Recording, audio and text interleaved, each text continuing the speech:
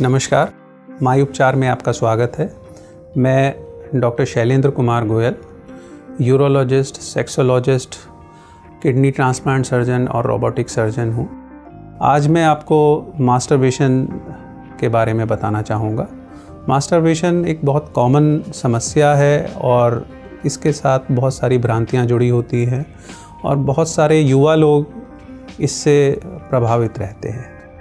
Masturbation यदि मैं परिभाषित करूं तो इसमें अपने ही सेक्सुअल अंगों को अपने ही द्वारा अपने हाथ से या और किसी साधन से उत्तेजित करना और ऑर्गेज़म को प्राप्त करना।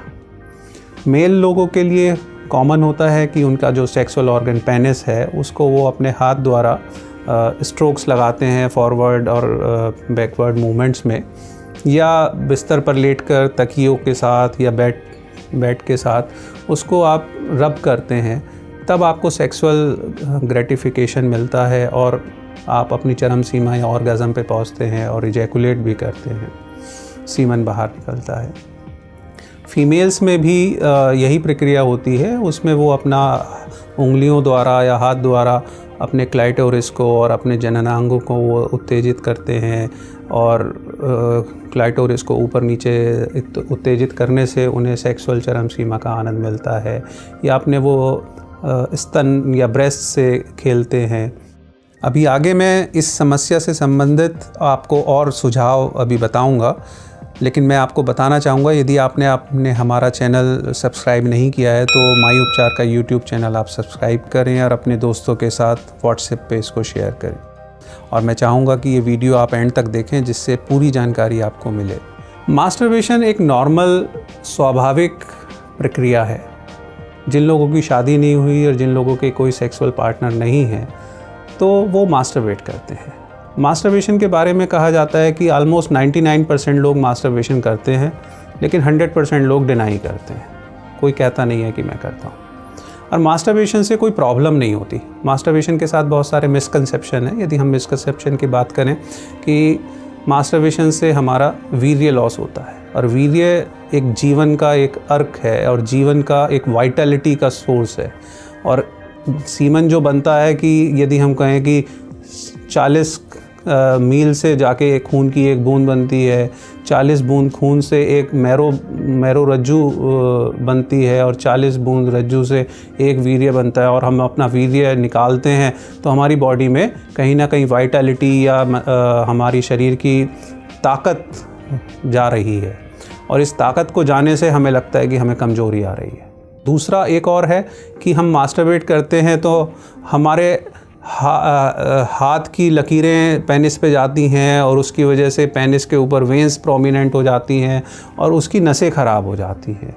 ये बड़े कॉमन मिसकंसेप्शन है। और दूसरा ये है कि हम मास्टरबेट करते हैं तो हम मास्टरबेशन के एडिक्ट हो गए हैं, अब हम उसके बिना रह नहीं सकते हैं, और मास्टरबेशन हम बहुत ज़्यादा करते हैं तो उससे हमारी वाइटलिटी लॉस हो जाती है।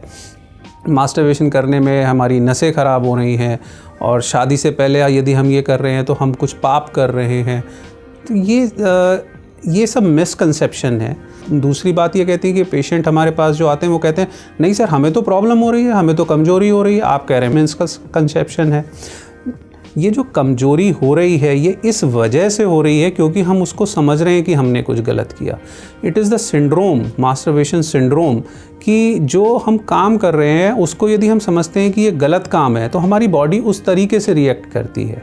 जैसे मैं कई बार एक एग्जांपल देता हूँ कि फ़िज़िकल एक्ट एक ही रहता है लेकिन बॉडी उसको रिएक्ट डिफरेंट ढंग से करती है। सपोजिटली मेरे पास कोई बंदा आए और मैं उसको एक अपना सपोजिटली एक बहुत अच्छा मोबाइल फ़ोन उसको मैं गिफ्ट करूं, तो उस बंदे का रिएक्शन जब मेरे वो क्लिनिक से बाहर निकलेगा तो होगा कि वो बहुत खुश होगा कि डॉक्टर साहब ने उसको मोबाइल गिफ्ट किया है, या कोई भी प्रीशियस गिफ्ट उसको दिया है, वो बहुत खुश होगा। तो उसके सारे एक्सप्रेशन खुशी वाले होंगे। लेकिन यही फ़िज़िकल एक्ट यदि मैं कहूँ कि वो मेरे टेबल से मोबाइल फ़ोन चुरा लेता है, और जब आप क्लिनिक से बाहर जा रहा होता है तो क्या है, उसका दिल धड़केगा, उसकी ज़बान सूखेगी, पसीना आ रहा होगा, उसके चेहरे पे हवाइयाँ उड़ रही होंगी, कहीं डॉक्टर साहब ने देख तो नहीं लिया, कहीं कैमरा तो नहीं लगा हुआ यहाँ पे, और पता नहीं अब क्या रिएक्शन होगा, मेरे को मारेंगे या पुलिस से पकड़वाएंगे या क्या होगा। तो ये उसके रिएक्शन हो गए।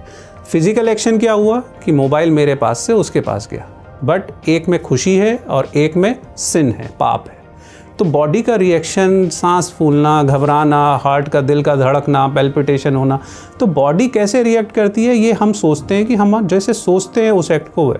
तो यदि हम मास्टरबेशन को सोचते हैं कि हमने गलत काम किया तो हमारी बॉडी उसी ढंग से रिएक्ट करती है। हमारे कमज़ोरी आएगी, हमें सूखेंगे, हम डिप्रेस होंगे, हमारे ज़बान सूखेगी, दिल धड़केगा, पेट में दर्द होगा, एसिडिटी होगी, कॉन्स्टिपेशन होगा, ये सब चीज़ें हमें होंगी क्योंकि बॉडी हमारी रिएक्ट करती है हमारे मेंटल स्टिमुलेशन को, हमारे दिमाग को बॉडी हमारी रिएक्ट करती है। लेकिन मास्टरबेशन से मैं ये कहूँगा कोई प्रॉब्लम नहीं होती। अब बात आती है कि कितना फ्रीक्वेंट करना चाहिए। ऐसी कोई लॉजिकल सीक्वेंस नहीं है कि हम कहें कि डेली करना चाहिए या साल में एक बार करना चाहिए या महीने में एक बार करना चाहिए। लेकिन मैं मेडिकल पॉइंट ऑफ व्यू से कहूँ कि वीर्य, जब आप जवान हो रहे हैं, आपके हार्मोन एक्टिव हैं, तो आपका वीर्य बनना शुरू हो गया है, तो वो वीर्य बाहर आना चाहिए। यदि वीर्य अंदर रुकेगा तो वो इन्फेक्शन करेगा।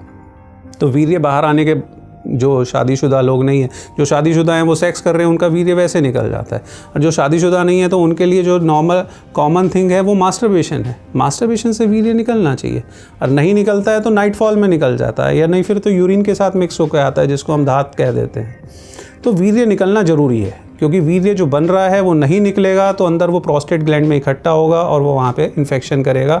और कॉमन कारण जो यंग लोग हमारे पास इन्फेक्शन के साथ आते हैं वो इस वजह से आते हैं कि क्योंकि वो सीमेन को बाहर नहीं निकाल रहे हैं, जिसको हम एब्स्टिनेंस कहते हैं, कि वीर्य को रोक के रखते हैं।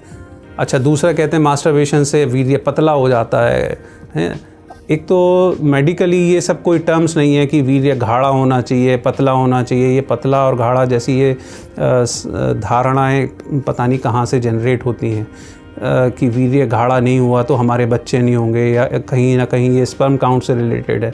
ऐसा कुछ नहीं है। नॉर्मली जैसे हमारा ब्लड, यदि कहीं हमें चोट लग जाती है और ब्लड निकलता है, तो नॉर्मली शुरू में जब ब्लड निकलता है तो वो लिक्विड होता है, और यदि ब्लड थोड़ी देर पड़ा रहे 2-3 मिनट कहीं पे, तो उसमें क्लॉट बन जाता है, वो गाढ़ा हो जाता है। फिर उसके बाद थोड़ी देर बाद जब वो क्लॉट लाइज करता है, बॉडी की और सेल्स रिएक्ट करती हैं, तो वो फिर से बिल्कुल पानी जैसा हो जाता है। तो सिमिलरली सीमन भी इसी ढंग से बिहेव करता है कि जब सीमन शुरू में निकलता है तो वो लिक्विड होता है, 1-2 मिनट के अंदर वो और गाढ़ा होकर क्लम्प्स बन जाते हैं और उसमें क्लॉट बनते हैं, वाइटिश क्लॉट्स बनते हैं, तो वो और गाढ़ा हो जाता है। उसको और थोड़ी देर बाद हम देखेंगे तो वो लाइज होता है और बिल्कुल पानी जैसा हो जाता है। तो ये नॉर्मल टाइम रिएक्शंस हैं सीमन के, जो उसके अंदर जो डिफरेंट केमिकल्स होते हैं, फाइब्रिनोजन और ये सब चीज़ें होती हैं, तो वो उसको बनाती हैं। तो सीमन गाढ़ा पतला डिपेंड करता है कि आप किस स्टेज में उसको देख रहे हैं। तो अब आप गाढ़ा पतला लेके परेशान रहते हैं। और मास्टरबेशन करना, मैं तो कहूँगा कि करना चाहिए, उसको करने से कोई प्रॉब्लम नहीं होती। लेकिन हाँ, उसको करने के साथ उसको अपना पाप, सिन या डिप्रेशन या और चीज़ उसके साथ अटैच नहीं करें। Masturbation is a healthy thing, और इससे प्रॉब्लम केवल उन्हीं को होती है जिनको इसके बारे में प्रॉपर ज्ञान नहीं होता। या दूसरी चीज़ होती है कि मीडिया, आज की तारीख में मीडिया एक बहुत सशक्त साधन है किसी भी चीज़ को प्रमोट करने के लिए, या लेकिन इसका एक डिसएडवांटेज भी है कि कई बार कुछ लोग इसका फ़ायदा उठा के, जो सो कॉल्ड हमारे ही प्रोफेशन में जो लोग युवाओं का इन धारणाओं की वजह से उनसे पैसे ऐंठना चाहते हैं और उनको गलत यूज़ करना चाहते हैं, तो उनको कहते हैं तुम्हें तो ये बीमारी हो गई और अब तुम्हें नहीं करना चाहिए, और वो उसको सिन के साथ अटैच करते हैं और उसको दवाइयाँ अल्टीमेटली बेचते हैं और उससे पैसे कमाते हैं। तो कहीं ना कहीं ये कुछ हमारे जो सो कॉल्ड झोला छाप डॉक्टर और जो युवाओं से जो पैसा लूटना चाहते हैं, वो इस चीज़ को और प्रमोट करते हैं कि ये चीज़ एक पाप है और इसे नहीं करना चाहिए। बट मेडिकली मैं ये कहूँगा, एज ए प्रोस्टेट सर्जन और एज ए यूरोलॉजिस्ट और सेक्सोलॉजिस्ट, क्वालिफाइड सेक्सोलॉजिस्ट, कि इस मास्टरबेशन से कोई दिक्कत नहीं होती है, प्रोवाइडेड कि हाँ, आप मास्टरबेशन करने में कोई चोट ना लगा लें, उसमें कोई आप जो इंस्ट्रूमेंट यूज़ कर रहे हैं उससे कोई आप शार्प इंजरी ना कर लें। ऐसा माना जाता है कि महिलाएं मास्टरबेट या हस्तमैथुन नहीं करती हैं, बट ऐसा नहीं है। एक जब प्यूबर्टी या एडोलेसेंस जिसको कहते हैं कि जब यौनत्व प्राप्त करते हैं, तो उनके भी हार्मोन एक्टिव होते हैं और वो भी कहीं ना कहीं अपने जननांगों को अपने हाथ से या बिस्तर से, तकिए से रगड़ के कहीं ना कहीं अपने अंगों को उत्तेजित करते हैं और मास्टरबेट करते हैं।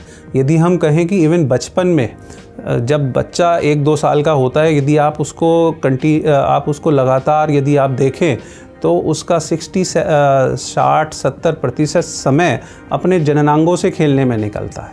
तो ये चीज़ बॉडी की हम कहें स्वाभाविक प्रतिक्रिया है कि अपने जननांगों से खेलने की। इसमें कोई गलत नहीं है, लेकिन हाँ गलत है कि यदि हम उसके बारे में गलत ख्याल रखते हैं कि हम कुछ गलत कर रहे हैं। और कितना करना चाहिए कोई वो नहीं है। एक शोध में ये भी कहा गया है कि मनुष्य अपना जो वीर्य निकालता है साल में यदि 300 बार से ज़्यादा निकालता है तो वो स्वस्थ रहता है और उसको भविष्य में प्रोस्टेट कैंसर वगैरह नहीं होते हैं। तो यदि साल में हम 300 की बात कर रहे हैं तो ऑलमोस्ट डेली या डेली की बात आ जाती है। तो मास्टरबेशन करने में कोई दिक्कत नहीं होती है। और इससे एडिक्शन वाली बात आती है। ये एडिक्शन नहीं है, ये स्वाभाविक प्रक्रिया है, तो इसके लिए परेशान होने की ज़रूरत नहीं है। तो मास्टरबेशन मैं ये कहूँगा एक स्वस्थ प्रक्रिया है, सब लोग करते हैं, लेकिन इसके साथ अपने पाप और इसके साथ अपना डिप्रेशन और गलत चीज़ों को हम जो मानसिक रूप से हम जोड़ लेते हैं वो गलत है। तो एक बार मैं यही संदेश देना चाहूँगा कि मास्टरबेशन गलत नहीं है और इसके साथ हम अपना कोई गलत भाव या जो हमारे समाज में मिसकंसेप्शन है उसको हम ध्यान ना दें। और मास्टरबेशन करना हेल्दी है और इससे हम अपना एक मेंटल टेंशन, जो हमारी जो सेक्सुअल एक टेंशन होती है, वो जब हमारी निकलती है तो हम अपने ज़िंदगी में अच्छा करते हैं। तो एक तरीके से हम अपने को मानसिक बीमारियों से बचाते भी हैं। मैं समझता हूँ कि ये आज का हमारा वीडियो आपके लिए जानकारी पूर्वक रहा होगा और आपको ये अच्छा लगा तो मैं चाहूँगा कि हमारे YouTube के माई उपचार चैनल को आप सब्सक्राइब करें और इस वीडियो को लाइक करें और शेयर करें अपने दोस्तों के साथ, और WhatsApp पे शेयर कर सकते हैं आप ज़रूर।